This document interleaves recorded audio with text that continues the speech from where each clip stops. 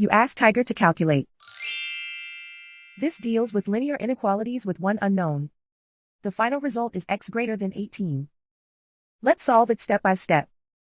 Group all constants on the right side of the inequality. Subtract 10 from both sides.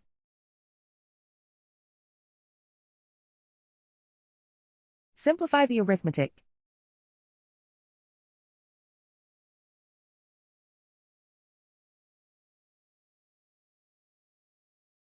Isolate the x.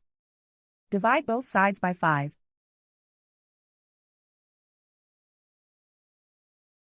Simplify the fraction.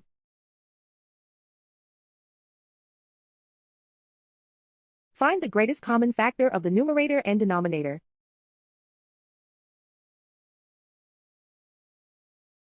Factor out and cancel the greatest common factor.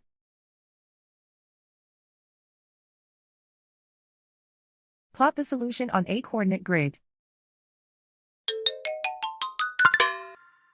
And so the final result is x greater than 18.